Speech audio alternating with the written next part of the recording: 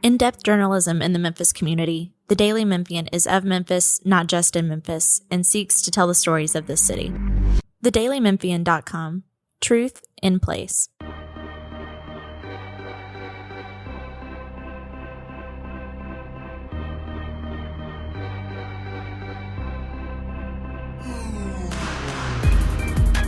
Welcome back to another edition of the Daily Memphian's Memphis Grizzlies podcast. This is your host, Grizzlies writer Drew Hill, joined as always by columnist Chris Herrington. I just wanted to note before we get into the standard pod, we're going to have Sam Hardiman on this week. Sam is an excellent reporter for the Daily Memphian, and he has been writing all kinds of things about the Grizzlies' discussions with the city to try to get the franchise a new lease at FedExForum and FedExForum upgrades. So we will have him on in the second half of this podcast to discuss all of that. It is the day after scheduled release day, Chris. We're recording this a little early. Probably won't be out until next week. We have a Grizzlies schedule in hand. We got it yesterday. You and I think both have already written a little bit of something on the schedule, which will be out by the time people listen to this. First of all, do you have any initial thoughts? What do you make of schedule day? I always find it interesting because I find it a little bit challenging to write about the schedule because it feels like a lot of the same every single year. Right. But did you have any initial thoughts when you saw the schedule? What was your immediate reaction? Well, I mean, there's a narrow range of variance year to year with the schedule in terms of, who you'll play and how it'll flow. The teams themselves are very different year to year. So there's that aspect of it. But I mean, to me, there's two prisms on the schedule. There's the competitive prism, and then there's the, this is the entertainment enterprise, getting people into the building, that sort of fan interest aspect of it. I guess one of my things is that the NBA, what's the opposite of a solid? You do somebody a solid, that's good. What's the opposite of that? You give somebody a hard time. Yeah, the NBA could have done the Grizzlies a little bit better, I think, on the schedule the schedule is going to be hard because they play in the West, so that just is what it is. But on the other side of it, the team is going on the European trip, which we've talked about, which is a net positive thing, for the franchise. Otherwise, they wouldn't be doing it. But that subtracts the MLK Day game, and it subtracts the Desmond Bane return game. Well, given that, why is the NBA subtracting both one of the potentially two home Lakers games and one of the potentially two home Golden State games? So you've lost, in terms of what could have been, you've lost MLK Day, you've lost the Bane return, and you've lost a Lakers game and a Warriors game because each of those teams only come once. I think that's a little much. I'm sure no one was thinking about that, when you're putting stuff in and you're spitting out a schedule, you're trying to make the parts fit. But the fact that the MLK Day game is not happening and they're only getting one Laker game and only one Warriors game, I think is a little bit of a bummer for the strength of the schedule from an entertainment standpoint. Yeah, no, I would agree. I don't think that this part of it is calculated. And I actually kind of want to ask, because I think there's some very important caveats to what I wrote this morning before we get into the best games and whatnot. I don't know what to make of schedule trends per se. Right. Over these last amount of years, the Grizzlies have been really good in back-to-backs or really good with days off or whatever, just because it doesn't really matter unless there's real continuity. Well, there's a new head coach. There's a new head coach now, in particular. You know, there's a new head coach. There's a lot of new players on the team. There is the same two stars though, and I think Ja's availability is often tied to the Grizzlies' results. The team performs a lot better when Ja's on the court. Shocker. I went back and did some research here, and I went through Grizzlies record with 2 to 3 days off. Grizzlies record when they have 4+ days off. Grizzlies record at home versus the West. All that since Ja's rookie year. The only thing that really stood out to me was that this team's been really good when they have 2 to 3 days off. And I think that's probably tied to Ja. I can't nail it down scientifically. Oh, I could, but it would take a very long time to get it figured out. If you throw out that 2023-24 season when they obviously bombed the whole year, they are 47-26, which is a win percentage of over 64%. in games where they have 2 to 3 days off before the game. I think that's probably tied to the availability of players and specifically Ja. But that's also like one of the five best in the league if you take that number versus the number including the 23-24 season. That's up there with like the Bostons, the Denvers. Like they've been really good with a lot of rest. And the one thing that I noted is that there's only 11 games this year where they get 2 to 3 days off before they play. And then that's down from 15 and 16 the previous Well, 2 years. I think that specifically is a byproduct of the Europe trip. Yeah. Because that's a situation where you're playing two games. We sort of talked about this when the announcement came out. Like I was wondering, like, where is that going to catch up with them? Because you're playing two games over the course of about 10 days, which is not a typical regular season flow. And so you have to make that up somewhere. And so I think that's where that comes in. Yeah. So, and those are, by the way, both of those games are 2 to 3 day windows before they play. So, and we just got done talking about how they're really good in those games. But I just don't know what to make of it. Like they're with 4 days off, they're 6-9. If you take out 2023-24, you take out that season on all these stats. So at home, they're 135 and 72. As home favorites, not that it matters, but just when they're favored at home, 106 and 36, one of the best teams in the league. Like they take care of business at home. This is all under the Jenkins era, obviously. Back to backs, they're 38 and 30, which is pretty good. And with the rest disadvantage, they're 45 and 45. So we'll see if that. I don't know how much any of it matters. It's kind of like choose your own takeaway. Like, do you believe that any of that matters? Does it matter to the extent for this team? I'm not sure of it. But I just found that to be the interesting nugget of it all was like, oh, they're not really going to have 2 to 3 days off very much this season. They're going to be playing a lot of days, single game. I'm just not sure how much any of that means, honestly. I haven't looked at it. I mean, my questions would be not having looked at the hard data. I would assume most teams are better. Not every team, but I would assume most teams are better with 2 days rest than they are otherwise, right? Mm-hmm. And so and the Grizzlies have been a good team over the stretch. And so like how much better are they than their like, you know, their average result with that rest versus how much better are other teams with that average result with that rest. And to me, you'd have to dig down into that to even see if there's any there. And even if there's there, I don't know if past performance and future results have anything to do with each other. Yeah, no, I agree. I just found it to be eyebrow raising, that stat. The other part of this too, I don't know. Have you ever checked out Positive Residual, the NBA analytics website? I have not. Well, every year they do a ranking of strength of schedule based on rest differential, altitude, back-to-backs, all of that. And they have like a computer model that spits out the most difficult schedules in the league. They have the Grizzlies with the sixth most difficult schedule. They released it this morning based on what we got yesterday. They're going to play 7 games. This is without, you know, the 2 games that will get filled in as part of NBA Cup. Do you have the 5 teams with apparently harder schedules at your fingertips? I can. I'm gonna guess Utah is one of them. I'm gonna pull it up right now. Utah is not one of them. Interesting. Wait. Sorry. Yeah, Utah is not one of them. Hardest schedule is New Orleans, Phoenix, Portland. Phoenix is 3rd, which is notable. I was gonna bring that up. Heck yeah, right? Grizzlies can celebrate that, right? They are Phoenix haters this year because they have that first round pick.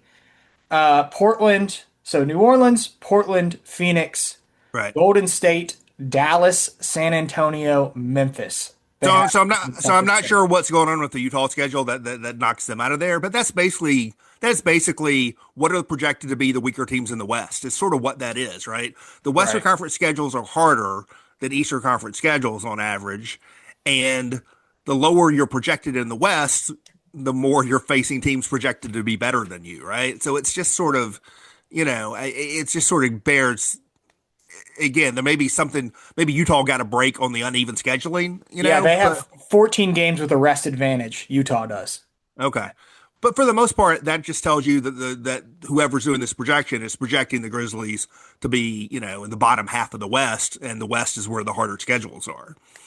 Yes. No, I think that's absolutely right. So Grizzlies will play 7 games with a rest advantage, 7 games with a rest disadvantage.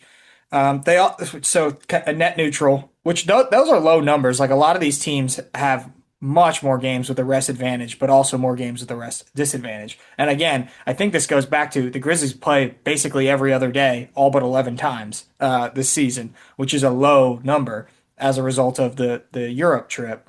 And then that it was also a net neutral on the back-to-backs. So 14 back-to-backs, but they're also going to be playing an opponent coming off of a back-to-back 14 times this year. They've been pretty good in the back-to-backs. But in terms of schedule difficulty, that's sort of how I started to break it down. Like, all right, let's see how many times that they're playing on rest when their opponent isn't. Let's see, how it all works out, how many times that they're going to get to play with 2 or 3 days off, that sort of thing. And it mostly turned out to be a net neutral.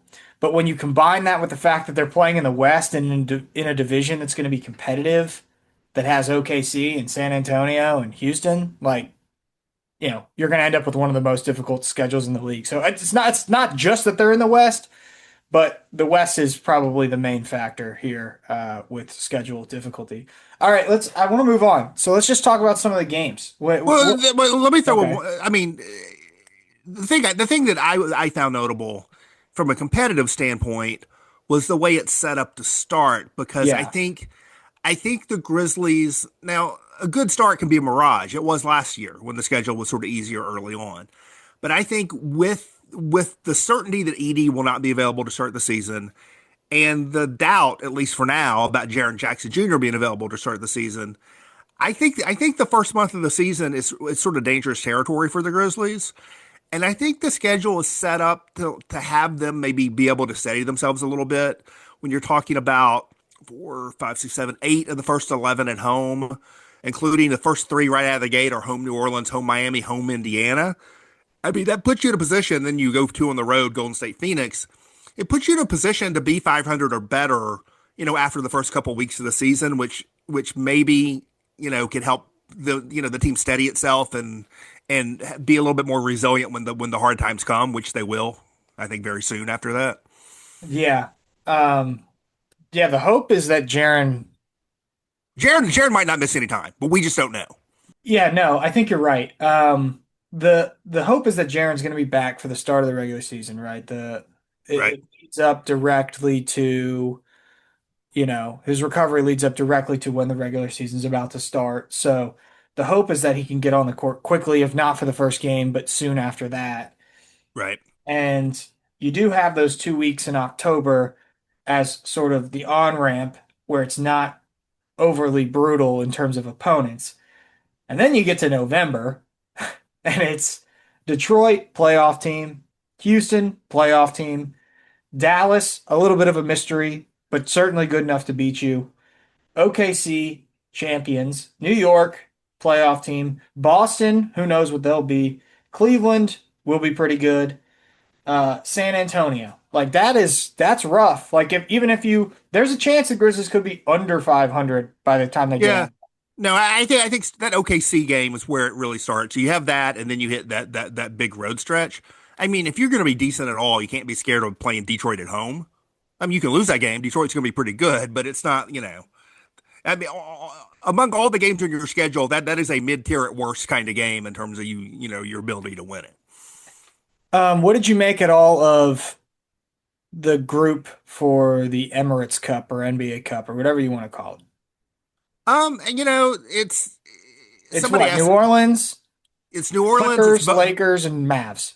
Right. So somebody asked me that. The last mailbag I did, I had a question about that, and I answered it, and then I ended up cutting it just for space because I didn't think it was all that interesting.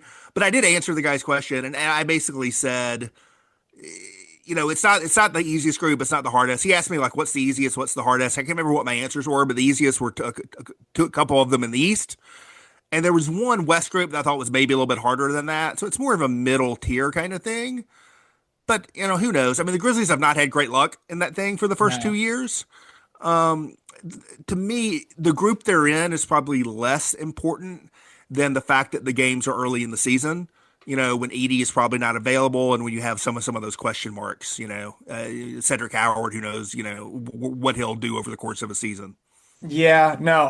What I like about it is that they try to make those games a bigger deal, and most of them are nationally televised. And like, I like that there's some marquee teams and some fun matchups in there because I would rather those games be made to be a bigger deal than like Sacramento, if that makes sense. I think only one of the Grizzlies four games is on national TV though. That's the Lakers. That's the Lakers one, Yeah. But they still, there's just a different atmosphere to them. And you right? get the Clippers, you get, you know, um, who will be good. The Lakers obviously is a huge brand, and Dallas with the Cooper Flag Circus is going to be, that'll be, those matchups should be fun. Where do you think Memphis falls in that group of teams? Like if you were projecting out the whole season, do you feel better about Memphis than Dallas? I think is the real question. I'll arrive where I arrive when I write that in October, but my instinct is that Memphis is the middle of that pack, behind the two LA teams, ahead of Dallas and New Orleans. I feel, I think they're definitely ahead of New Orleans. I feel pretty strongly about the Clippers as a regular season team. I do not feel as strongly about the Lakers as a regular season team. And so I almost feel like I think the Grizzlies are a little bit closer to the Lakers than they are to Dallas on that, which may not be consensus. I think Dallas is going to be overestimated by people. But we'll see. I agree. I think Dallas is a little bit of a mystery bag because Kyrie's got the injury coming off the injury, Cooper Flag, Cooper who you Flag is expect to be good, but like, is it going to be he's like all-star awesome? he's 18 years old. He's an incredible talent, but he's 18 years old coming into the NBA, right? And they don't have guards until Kyrie comes back. They have D'Angelo Russell. They don't have real guards. Yeah. Yeah, no, I feel like I'm with you there. And I obviously think that the Grizzlies are ahead of New Orleans. Um, the only other things on this schedule, I mean, 3 days off between that Sunday game and the first international game against Orlando and Berlin. Um, it's going to be pretty exhausting, I think, that home game against Atlanta coming back after the 18th in London. Right. You're coming back after a trip. Now you're gaining hours as opposed to losing them. So it's a little easier on the sleep, but you're still going to have to adjust your clock, and then you have to turn around and play Atlanta um, very quickly after that. So that's obviously one of the sneaky ones I think on the schedule. And then you know, you get your longest road trip, in March. So where they're gonna, by the way, they're not gonna play at home for 18 days in February, which is a long time to go without a home game. Yeah, no, they're mostly the longest road trip I think is in early February, five game trip. Um, there and yeah, no, they're very because I've been looking at this personally from a travel perspective, as you know, Right. and so my wife and I sort of went through a lot of that last night as we're recording. And I think, spoiler alert for those who care, which is you and my parents and no one else, basically. But I think for me, it's going to be fewer but longer trips when I come back, the way the schedule's set up. Yeah. I may be in town for an entire month and then not in town for an entire month after that kind of stuff. Well, we appreciate it, and the listeners appreciate it, and everybody when you are here, Chris. So we'll take whatever we can get. Um, okay, what are the best games on the schedule? So as much as I hate to say it, because I don't like to auto.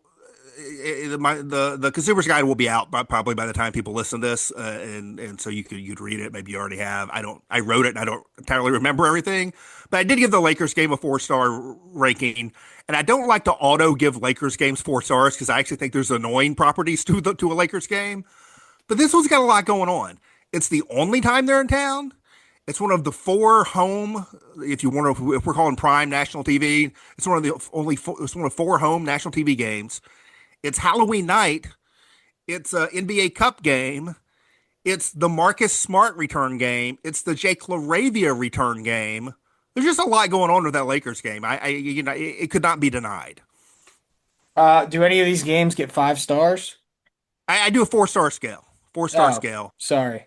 Yeah, and so opening night is mostly always a 4-star. If there's any extra juice to it, and we're not giving up on the Zion Ja rivalry. It's been mostly a dud for 5 years. The NBA's not giving up. We're doing that opening night.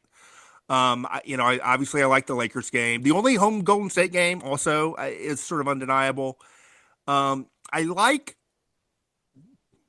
the Minnesota in terms of a matchup standpoint.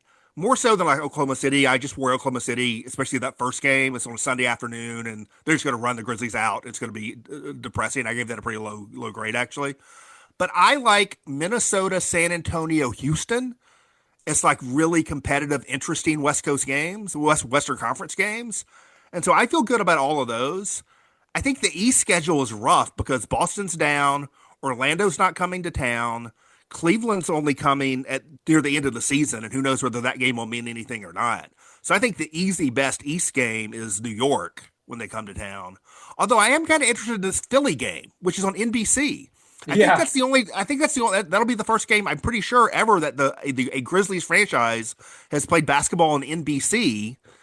And what a random game for it to be the NBC game with Philly, right? So who knows? Who knows if Ja's going to be playing? Who knows if Joel Embiid's going to be playing? Who knows anyone who's going to play in this game, right? But Embiid, I don't know if you remember this game or not. You may not have been there. I remember sitting courtside for this game, so maybe you had the night off. But when Philly came to town last year, Embiid played. It was one of the few games he played last season. This dude could barely move. Like it was a struggle watching him get up and down the floor. He dropped 35. Zach Edey did not play in that game. I want to see Joel Embiid and Zach Edey. We need at least one Joel Embiid Zach Edey game, and we may get it on NBC. I don't think I was there for the Philly game last year. I think that we're going back to the 90s. Two big dudes bumping each other on NBC. Let's make it happen. I was in Philadelphia last year for Joel Embiid versus the reporter Hell in a Cell match in the locker room afterwards.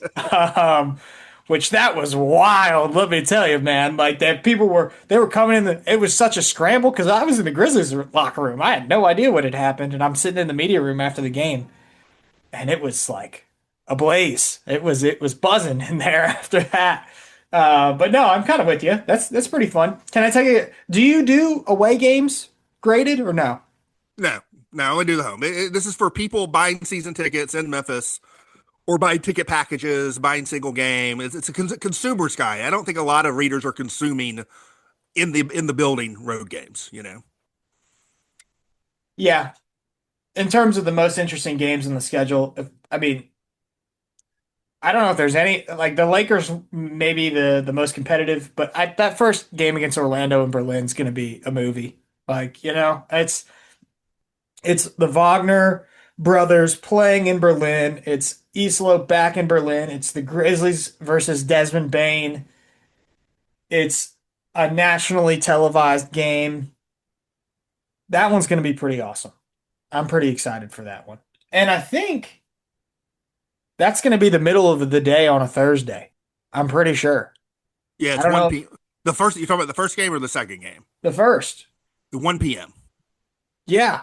So you could take off of work, head out early, go. You got your excuse. Go watch the Grizzlies versus Orlando at your favorite local establishment and take in some NBA basketball in the middle of the week. That's perfect in January. Like, I think if you're going road games, that's number one.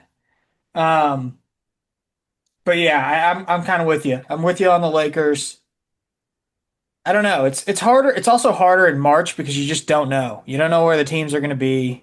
That's one of the issues because they have this. The longest homestand is in late March into early April.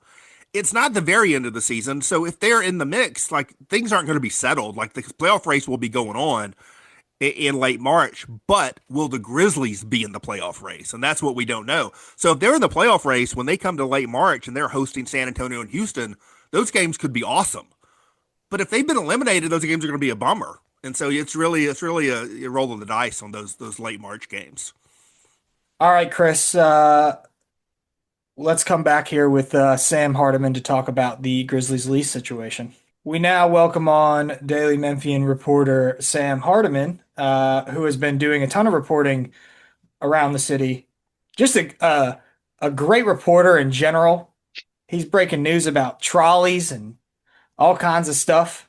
But he's also been writing a lot about the Grizzlies lease, which is a very sensitive topic, it appears, around the city these days. And Sam has a new report out this Monday morning. Sam, first of all, thanks for joining us. Welcome to the Daily Memphis Grizzlies podcast. And second, can you just give us a recap, give us a brief recap of the reporting and what you can share about the Grizzlies lease situation? First, happy to be here. A long-time listener, first-time caller. Been waiting to do that too. I'm glad I got to do that. And then of all the things, I'm really surprised you mentioned the trolleys. But before I talk about the trolleys, sure, yeah, let's talk about the Grizzlies lease. So what we did at the Daily Memphian and what we've been working on is for a while now, I've been after the documents that essentially explain what public dollars are going to pay for the $550 million in renovations to FedExForum.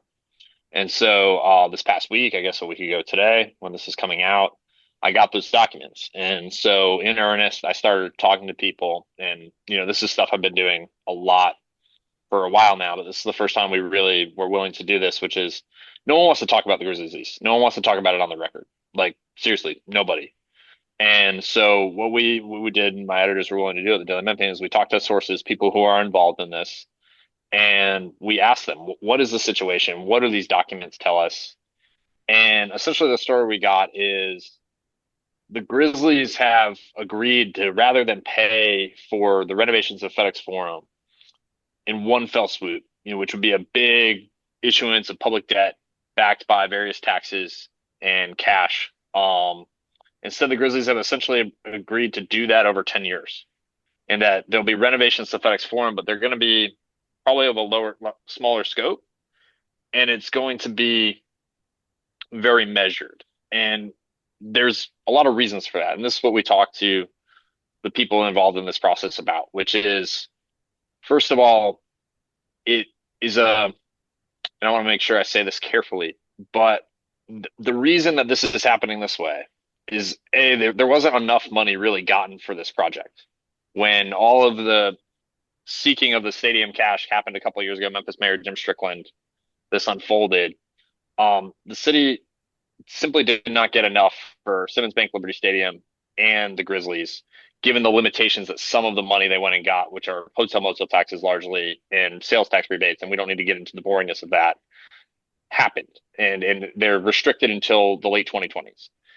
And so that really restricted what the city and the Grizzlies could do. And so the Grizzlies essentially came to the city and said, we can do $550 million renovations, but this is how we're going to have to do it. We can't do one big thing at once. And the reason that matters is it has sort of shown the willingness of the Grizzlies to be in Memphis, Tennessee, right? It's the Grizzlies that, rather than saying to government, figure it out and figure out how you're going to renovate our arena, have come up with a plan, essentially, to renovate that arena and how to renovate it without essentially putting hundreds of millions of dollars in interest on the back of Memphis and Shelby County taxpayers.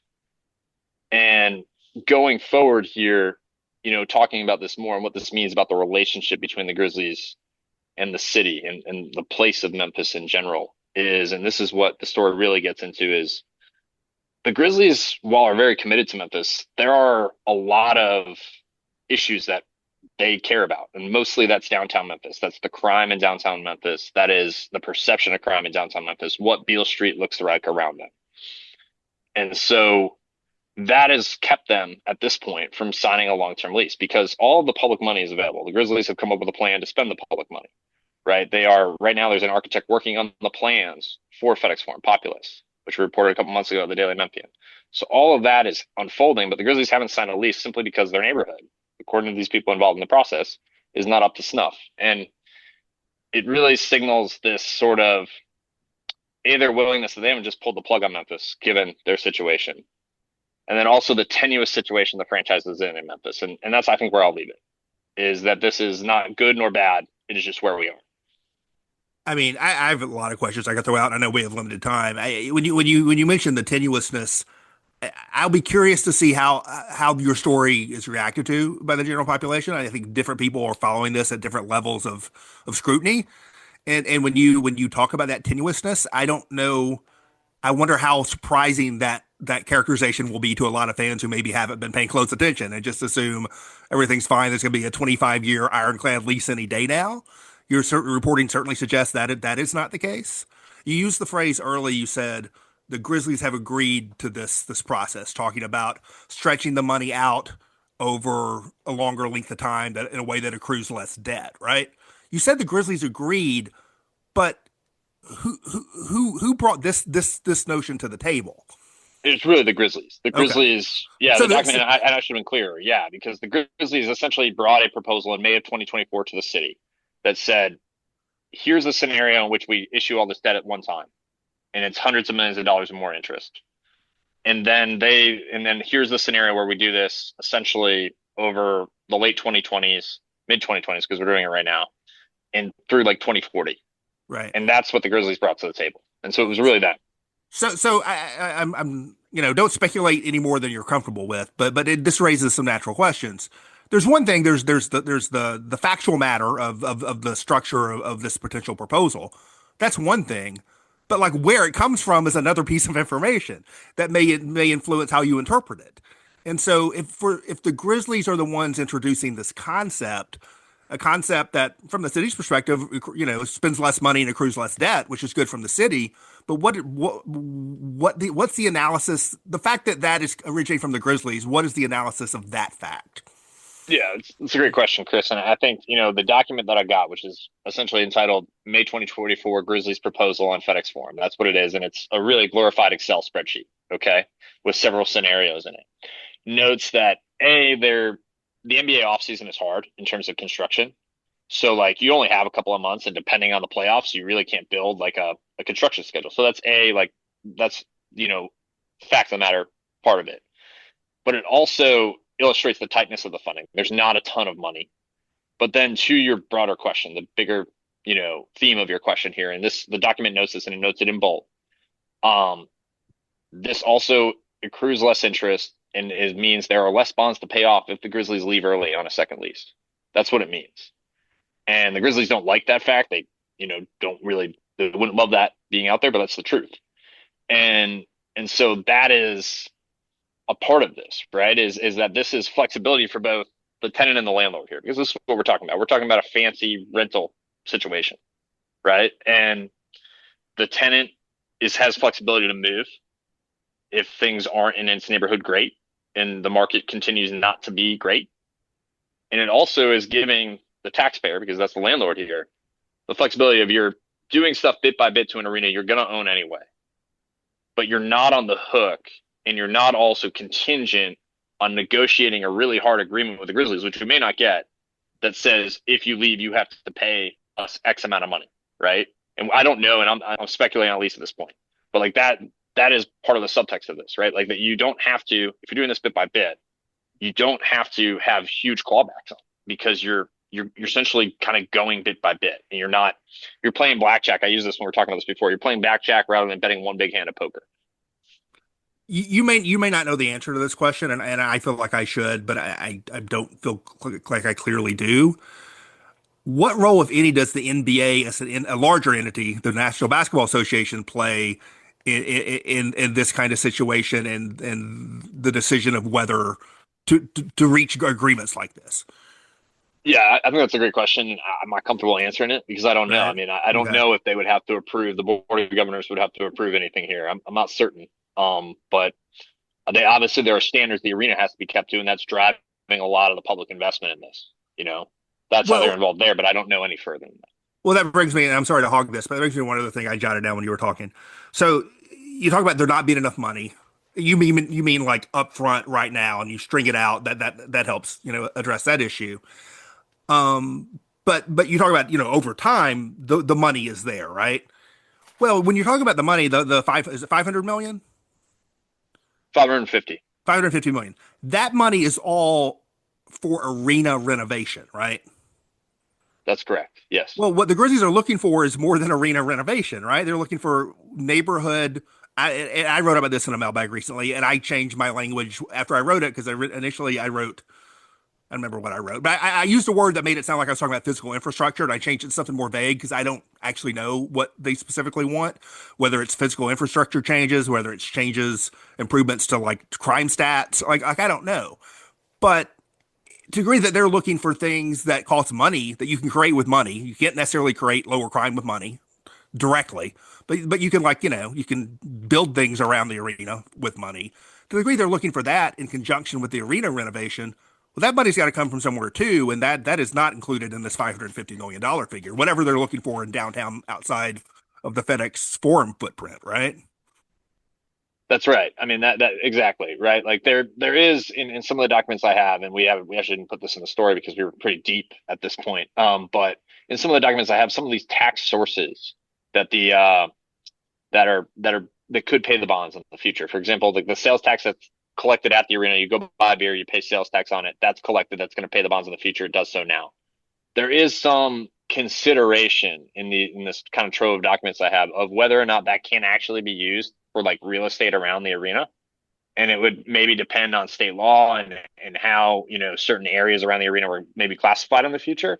So I don't want to say that some of that can't happen, but really what we're talking about with this 550 is the arena itself, FedExForum proper. And so, yes, the other things that would have to happen require other money. The governor put in his budget this year, downtown safety infrastructure money. Okay, that's one thing. I'm not sure if the city's gotten a grant on that yet. But then there is just the city's general budget and its ability to borrow, right? That is here. And they built, for example, a downtown police coming. It was city dollars that paid for that. That's something the Grizzlies were really interested in, right? And so we're already starting to see that money come from somewhere. It's going to probably come in dribs and drabs. And maybe there's some grand plan in the future, but I'm not certain of that. What is the sense of, because we talk about all the infrastructure around FedExForum. What is the city's viewpoint of that? Like, we know that the Grizzlies really want an upgrade there, want it to be safer. To what level is that a priority for the city? Where do the interests conflict here? Yeah, I mean, I think that's a great question, Drew. I think the interests are largely aligned, right? I mean, if you're the city of Memphis and you're concerned with your downtown, right? You don't want to lose the Grizzlies from your downtown. Can't replace that, You can maybe get a new hotel, you lose a hotel. Can't replace an NBA franchise. They don't grow on trees, as we know, right? So there's first of all that. There's second of all a recognition from the city. And I've known this for months, in the course of my reporting, just reporting on the city in general, right? Is like downtown needs to be better. Like I don't think anyone's under any illusions that downtown is in Memphis is in its heyday, right? I don't think anyone's saying that. Where I think your question and the great part of your question is how much money does the city want to throw at downtown beyond the $550 million it's thrown at FedExForum, right? Which is largely not general. It's not general obligation money at all. But how much of the pot of money that pays for city services do you want to take out here? And I think that's an open question. Like I mentioned, that state money that was in the budget, this year, and the city's likely seeking, right? That's really important because again, that's more money that's not coming from what pays for police, fire, sidewalks, potholes, right? And so it's really going to come to that. And then I would also say a lease as well, right? Like the city of Memphis right now is essentially paying for work and the county, because county also owns FedExForum, are paying for work without a second lease. Right. And a lot of it is stuff that needs to happen to the arena anyway. That's probably covered under the existing lease. But there's probably a point, and I don't know when that point is, but there's probably a point of you probably need a second lease before you cross the Rubicon and give them $300 million versus the $80 million that's been allocated so far. I'm going to speculate a little bit. I'm going to read between the lines a little bit and speculate based on your reporting and go beyond the text a little bit. And you can shoot me down or ratify me or do neither, whatever you're comfortable with. So if the city and the Grizzlies are exploring an agreement that would be, spending a lot of money, but spending it out over the course of multiple years. I don't remember I think you had something like 7 or 10 or somewhere in that frame. Between 8 to 12. Yeah. Somewhere in that range. Yeah. So you're spending this much money over a longer period of time. You're doing it without accruing debt. it seems to be there's a couple things inherent to that. One is that the team, if that agreement is reached, the team is going to be here longer than the current lease. How much longer, I don't know, but longer than the current lease. It also suggests a mutual awareness that things could not last long term, depending on how things go. And what it suggests to me, if we pull those two things back to this original question of renovating an arena and improving the atmosphere, the environment around the arena, what it suggests to me is that the deal is going to be an arena renovation deal, not necessarily a downtown enhancement neighborhood deal. But that aspect of it is an understanding by both parties that may be what ultimately drives the long-term success. You used the phrase willingness to be in Memphis. How much that willingness continues in the future, even if this kind of arena renovation deal is struck, may be contingent on these issues beyond the arena, even if those issues are not ironclad spelled out in a lease agreement. Again, I'm speculating. I'm reading between the lines on that. So I don't know where you're comfortable with that. No, I would answer it this way. I think I'll be like circumspect, but I'll say it more like this: right now, as we reported, the barrier to the lease is the situation around. Okay, that's the barrier to the lease right now. Okay, that's a good. Okay, yeah. I mean that's the situation. The situation right now is and we reported. There is, I wouldn't say a framework of a lease. Some would disagree. Some would say framework. Some would disagree. Some of the people I talk to. If that is the barrier to the lease, not the arena renovation aspect of it, how does that barrier get crossed? I mean, that's the question I really don't get a good answer to, right? Yeah. And in my reporting, and it's because it's a wait and see. Like what we're talking about is a bet on downtown Memphis, right? Is like, if the ball is in the air in downtown Memphis, where is it going to land? Is it going to land on the side of improvement, or is it going to land on kind of the status quo, which ain't great? Or is it going to decline further, right? And that, I think, is a real question. And I think it's also kind of contingent on fans showing up to the arena, right? Like, businesses thriving around the arena, right? And so that's where I would go, is like, it's genuinely like what you see on game days in this coming season, the next season after that, and what happens after games the next season and the season after that, how clean it looks when people are showing up for games. I think those are the things that matter right now. Do we know, and we'll wrap up with you here because I know we're taking up a lot of your time. Do we know what these renovations are going to look like? Do we have an idea? When can we expect to have an update in terms of what they are going to do? Yeah, we're actually going to get a pretty good update soon.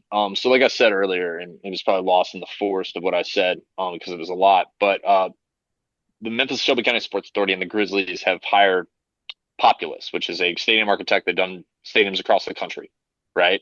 Populous is right now working on essentially schematics on a scope of work, essentially, of what they're going to do, which means like we have a real architect with a budget, not a budget, but here's the money you're probably going to have, and here's how we're going to do it over time, right?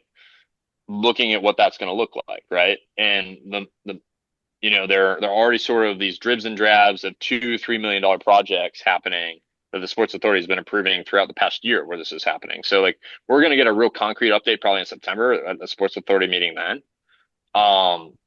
And so we're getting there. We're getting on close to what a real renovation is going to look like. Chris, do you have anything else? I mean, I got 1,000 other things, but nothing. Go read Sam Hardiman, everybody, and keep doing so every day. That'd be my last thing. Sam is the man for sure. Sam, first of all, how many Grizzlies games have you made it out to? I know you are a basketball fan. Are you asking like total, or are you asking per year? Total, but I know you're a basketball fan, right? So I'm sure it's an experience. Yeah, I've probably been, I don't know, 50, 60 games. Like that's a good amount of games. That's a good number. You're not boycotting after they did Marcus Smart wrong?